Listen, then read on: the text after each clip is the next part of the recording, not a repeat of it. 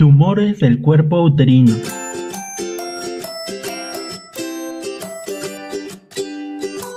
¿Sabías que uno de los principales motivos de consulta ginecológica es el sangrado uterino anormal? Por ello, en este video se hablará sobre 5 patologías que se relacionan con este síntoma.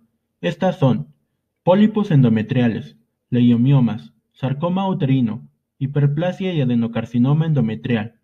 Para el médico general, es una labor importante y necesaria el poder hacer diagnósticos oportunos y las correctas derivaciones a los distintos niveles de atención hospitalaria sobre estas patologías.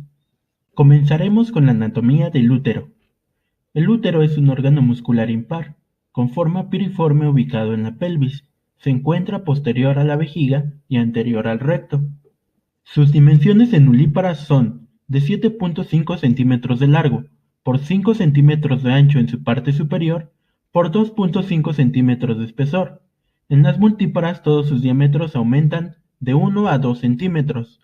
Pesa alrededor de 30 a 40 gramos. Se encuentra dirigido hacia adelante flexionado sobre el cuello o cérvix. A esta posición se le conoce como anteversoflexión y está ligeramente desviado a la derecha. El útero se divide en 2 porciones para su estudio anatómico, cuerpo y cérvix, separados entre sí por el istmo. El útero presenta 2 caras, 2 bordes, un fondo y una extremidad inferior. La superficie anterior es casi plana y la superficie posterior convexa. Relaciones anatómicas. La cara anterior o anteroinferior se relaciona con la vejiga a través del fondo de saco vesicouterino. La cara posterior o posterosuperior se relaciona con el recto a través del fondo de saco rectouterino o de Douglas y con asas intestinales. Los bordes se relacionan con el borde interno del ligamento ancho y con los vasos uterinos. En la parte superior se encuentran de adelante hacia atrás el ligamento redondo, la tuba uterina y el ligamento útero-ovárico. El fondo uterino se relaciona con asas intestinales. Medios de fijación. Ligamentos anchos, formados por las hojas peritoneales anterior y posterior que recubren el útero, tienen forma cuadrangular y se extienden desde el borde uterino a la pared pelviana. Ligamentos redondos. Se extienden desde el cuerno uterino por delante y debajo de la implantación tubaria hacia el monte de Venus, sínfisis del pubis y labios mayores, atravesando el conducto inguinal. Ligamentos úterosacros. Están formados por fibras musculares lisas y repliegues peritoneales. Se extienden desde la cara posterior del istmo y cérvix, rodean al recto y se fijan en los cuerpos de la primera o segunda vértebra sacra. Ligamentos cardinales o de McEnroth, formados por la condensación de la aponeurosis endopélvica, se extienden desde el borde lateral del istmo hasta la pared pelviana. Otros medios de fijación son la fascia endopélvica y las inserciones con estructuras vecinas, como vejiga, recto y músculos perineales.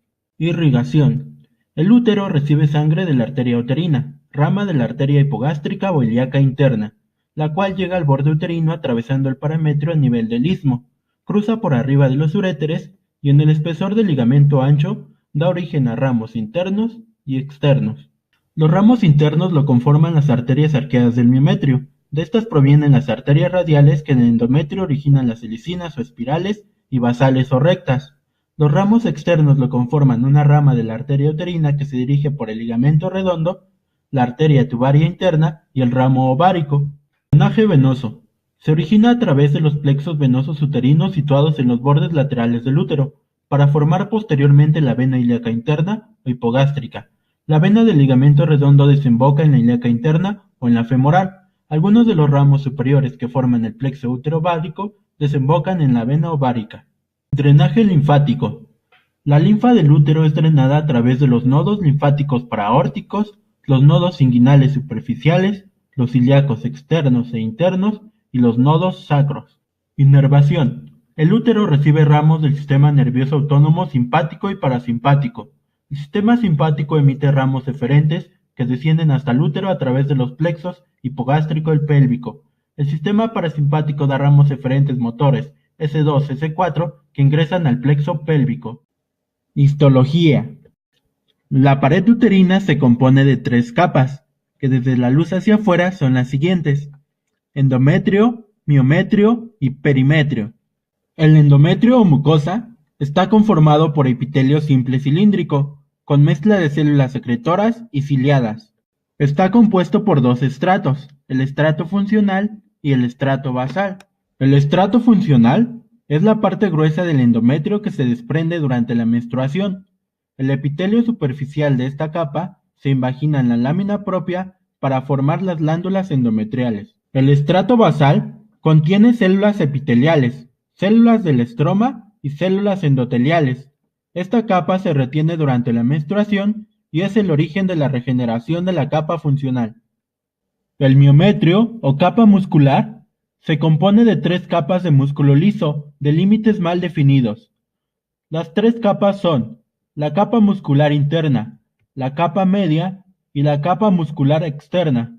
La capa interna y externa tienen haces musculares orientados paralelamente al eje longitudinal del útero. La capa muscular media o estrato vascular contiene una gran variedad de plexos venosos y vasos linfáticos.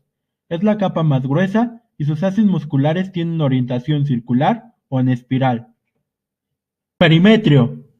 Es la capa serosa externa o cubierta peritoneal del útero. Está compuesto por mesotelio y tejido conjuntivo laxo. El perimetrio cubre toda la cara posterior del útero y una pequeña parte de la cara anterior. El resto de la cara anterior está tapizado por tejido conjuntivo que forma una adventicia. En los bordes, las hojas del peritoneo se unen formando el ligamento ancho. Pólipos endometriales. Según la OMS se definen como una protrusión nodular benigna sobre la superficie endometrial constituido por glándulas, estroma y vasos sanguíneos característicos que tienen como anormalidad básica la hiperplasia. Microscópicamente tienen un estroma fibroso denso focalmente y vasos sanguíneos largos de paredes musculares gruesas. Además se presentan glándulas irregulares con dilataciones quísticas cubiertas con epitelio superficial, características claves para el diagnóstico diferencial con otras enfermedades. Son poco frecuentes en mujeres menores de 20 años y su incidencia aumenta con la edad, más en la perimenopausia. Son sintomáticos en casi 50% de los casos, teniendo como principal síntoma el sangrado uterino anormal. Del 1 al 2% sufren transformación maligna, y en muchos de los casos su hallazgo es incidental.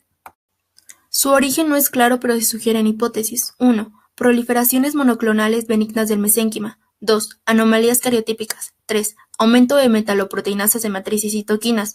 4. Sobreexposición de proteína P63, ya que este es un marcador y regulador de las células de reserva de la capa basal en el endometrio.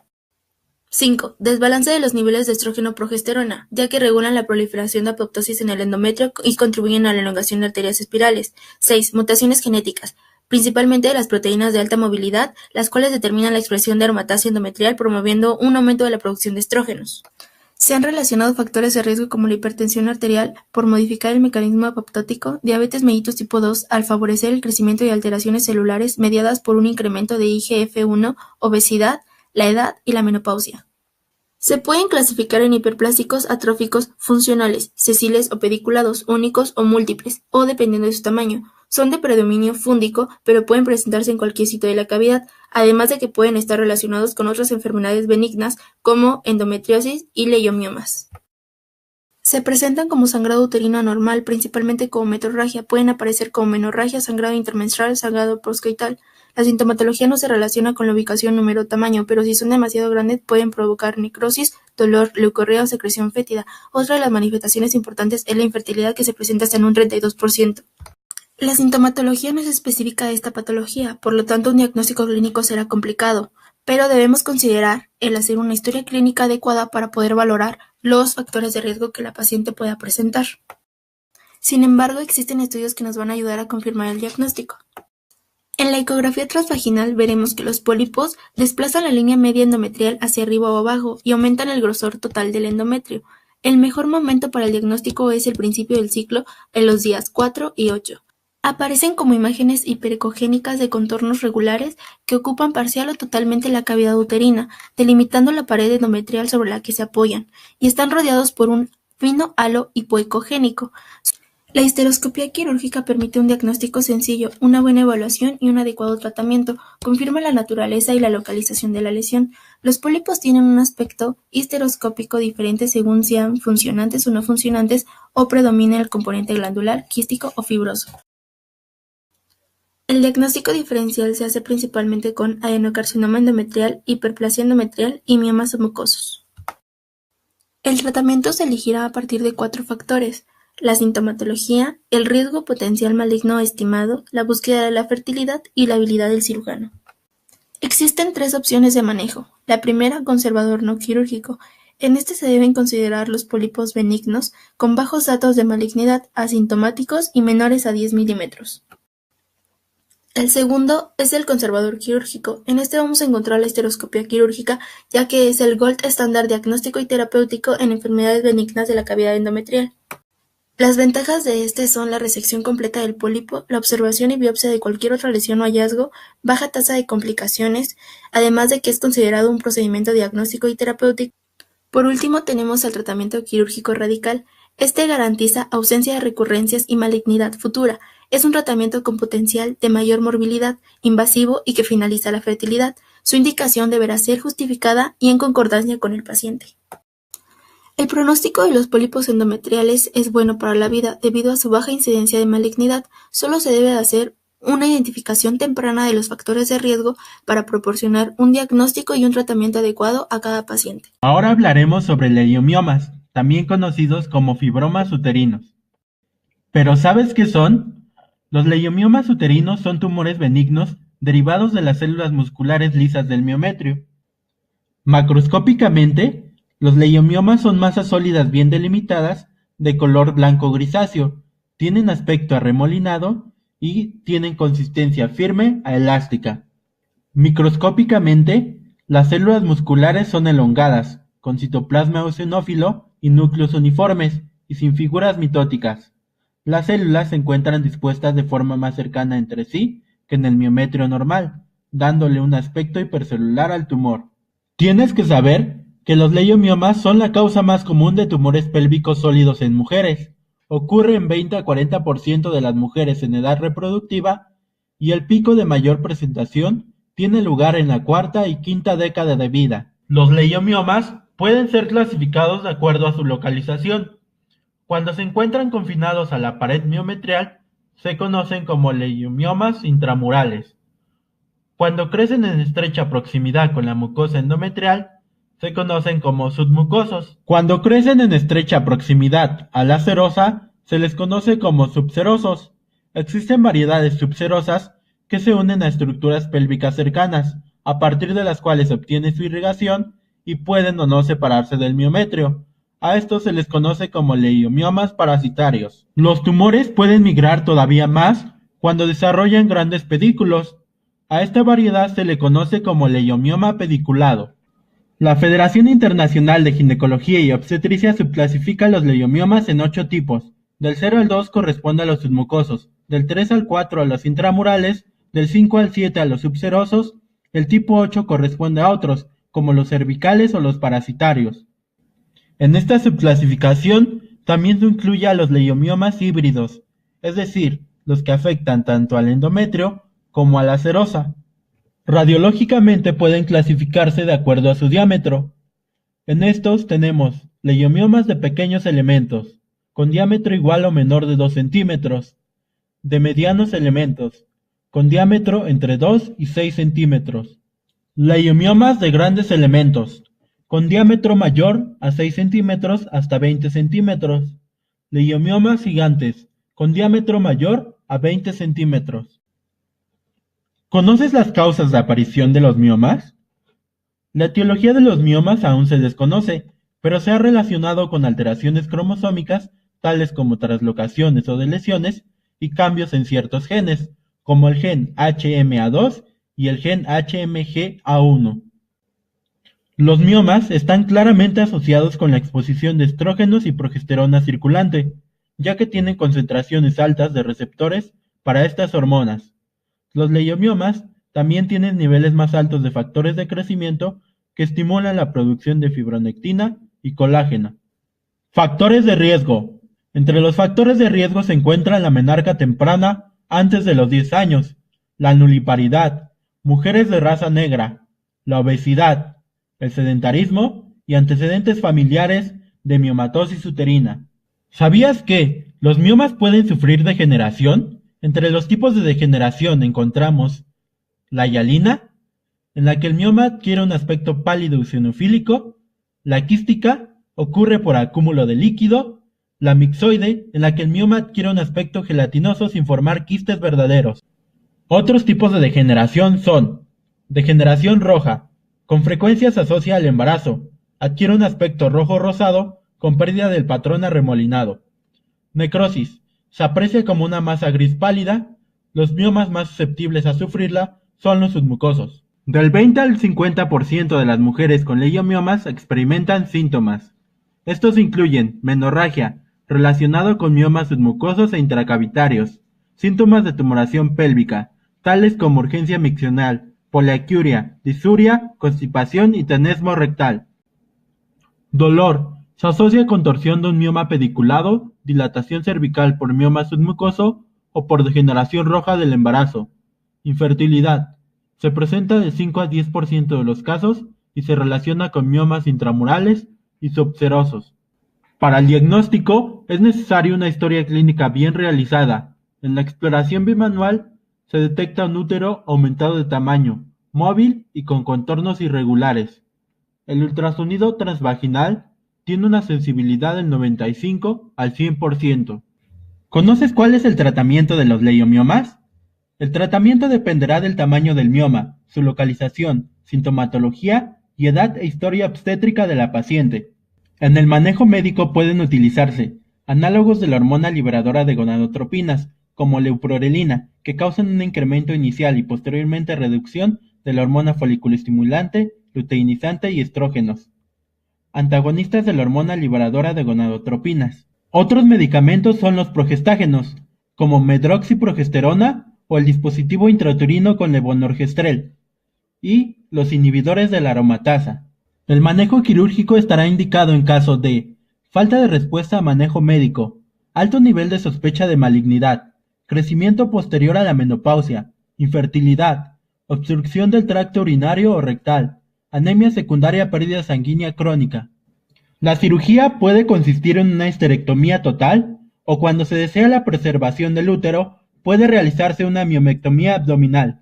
Otros tratamientos incluyen miólisis y embolización de la arteria uterina. Hiperplasia endometrial. Definición.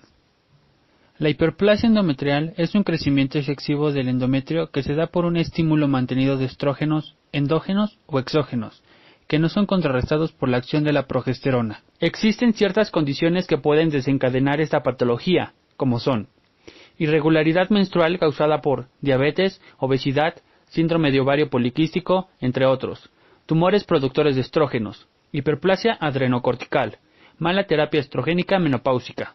Factores de riesgo.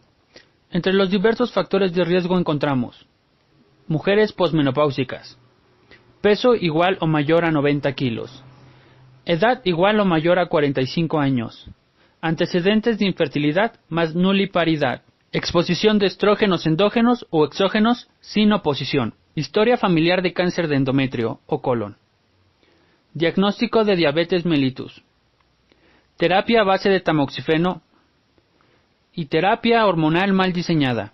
Diagnóstico.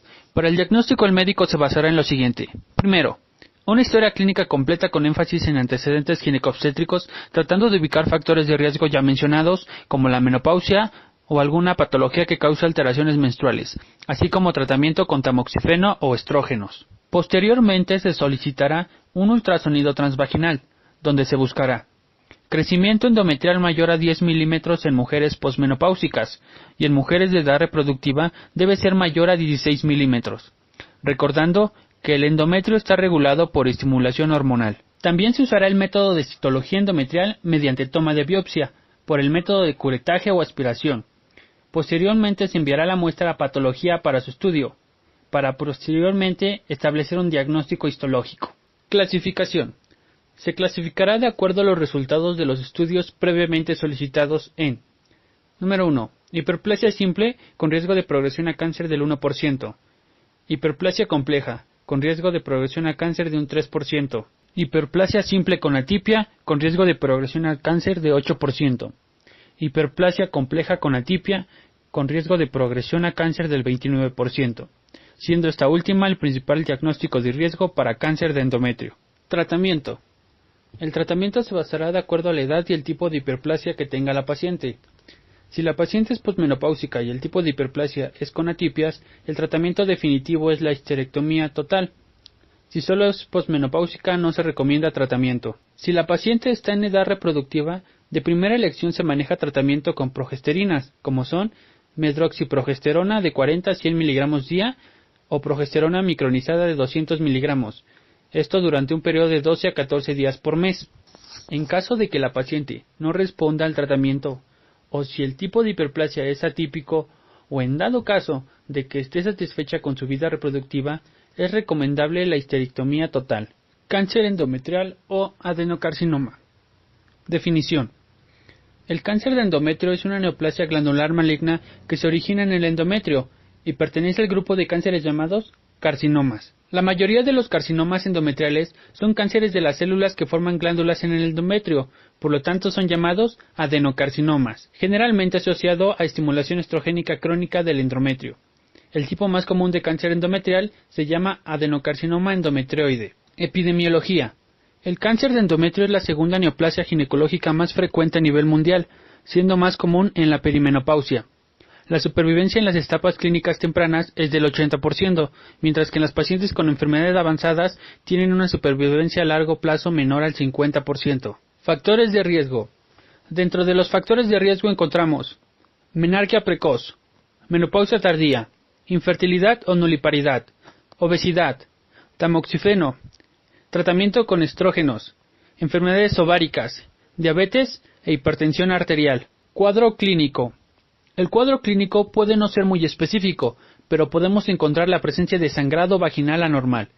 Este síntoma se manifiesta en un 75% de pacientes, en etapas tempranas, a veces acompañado de otros síntomas como dolor y pérdida de peso. Clasificación. Se puede clasificar de diversas maneras. Número 1. En base en relación estrogénica encontramos tipo 1. Está relacionado a estrógenos, el cual se origina de una lesión precursora como hiperplasia típica, siendo además la más común, pero el menos agresivo. Tipo 2. Sin relación a estrógenos, el cual tiene diferentes perfiles y tiende a ser menos común que el tipo 1, pero tiene más riesgos de hacer metástasis, por lo tanto es más agresivo. Número 2. Clasificación por grados. Se basa de acuerdo al patrón de crecimiento o diferenciación celular, dividiéndose en grado 1, 2 y 3, siendo el grado 3 con menor diferenciación y mayor crecimiento, por lo tanto más grave. Número 3. De acuerdo a la histología. El tipo histológico más frecuente es el adenocarcinoma endometrioide, que constituye el 80% de los carcinomas endometriales. El seroso se reporta en un 5 a 10% y el de células claras del 1 al 5%. Los demás son más raros. Diagnóstico. El diagnóstico se basará en una buena historia clínica, donde se valoran los factores de riesgo ya comentados, como edad perimenopáusica, tratamiento con tamoxifeno u estrógenos, y además si cuenta con otras comorbilidades como hipertensión o diabetes. También se usará el cuadro clínico como diagnóstico, donde encontraremos sangrado o manchado u otras secreciones inusuales, dolor de la pelvis y o pérdida de masa y peso corporal. Estudios de gabinete. Para estudios de gabinete se solicitará ultrasonido o sonografía transvaginal, donde se podrá observar el crecimiento del endometrio mayor a 10 milímetros en mujeres posmenopáusicas. También se solicitarán estudios de laboratorio, como una VH, donde se puede encontrar la disminución de la hemoglobina si es el caso de la paciente presenta un sangrado excesivo. También se podrán pedir marcadores tumorales, como el CA125, el cual su valor normal va hasta las 33 unidades. De 33 a 65 unidades se considera que hay algo malo, y arriba de 65 unidades se podría considerar riesgo a cáncer. Por último, se pedirá una biopsia endometrial, que posteriormente será enviada a patología para el diagnóstico histológico. Pero hay que tener en cuenta que el diagnóstico debe ser complementario, utilizando todos los estudios anteriores ya mencionados. Tratamiento. El tratamiento se basará de acuerdo a las características tanto en la patología como de la paciente, tomando en cuenta los siguientes factores: la edad, la invasión linfovascular, el tamaño del tumor, así como la afectación uterina. La cirugía se implica como tratamiento primario, pero puede ir coadyuvado con quimioterapia o radioterapia, dependiendo del estadio de riesgo del paciente. que puede ser bajo, intermedio o alto, que va a variar de acuerdo a la etapa que se encuentra el cáncer, de acuerdo a la clasificación FIGO y al tipo histológico del cáncer. Sarcoma uterino. Los sarcomas uterinos constituyen el 1% de las neoplasias del aparato genital femenino. Son más frecuentes en mujeres de 40 a 60 años de edad y se ha relacionado con el antecedente de ingesta de anticonceptivos orales. Los sarcomas uterinos son un grupo heterogéneo de tumores que se dividen en varios tipos histológicos, de los que el carcinosarcoma, leiomiosarcoma y sarcoma del estroma endometrial engloban el 90% de los casos. La hemorragia vaginal anormal es el dato clínico de presentación más frecuente junto con dolor pélvico o abdominal. También puede haber expulsión de coágulos, crecimiento uterino rápido o prolapso de un pólipo sarcomatoso a través del cuello uterino borrado. Puede haber secreción profusa y fétida. Es posible que el útero salga de la pelvis hacia la parte intermedia o superior del abdomen por el crecimiento rápido. A pesar de estas presentaciones, muchas mujeres con sarcoma uterino tienen pocos datos clínicos además de la hemorragia vaginal anormal. Como consecuencia de las pérdidas hemorrágicas crónicas, las pacientes pueden presentar diferentes grados de anemia. Los marcadores tumorales CA-125 y CA-19-9 pueden ayudarnos a establecer el diagnóstico. Para el antígeno CA-125 se consideran valores anormalmente elevados cuando estos superan las 35 unidades por mililitro. Se habla de un pronóstico benigno cuando se encuentran entre 35 y 65 unidades y cuando superan las 65 unidades se habla de malignidad. Para el marcador tumoral CA-19-9, los valores normales van de 0 a 37 unidades por mililitro.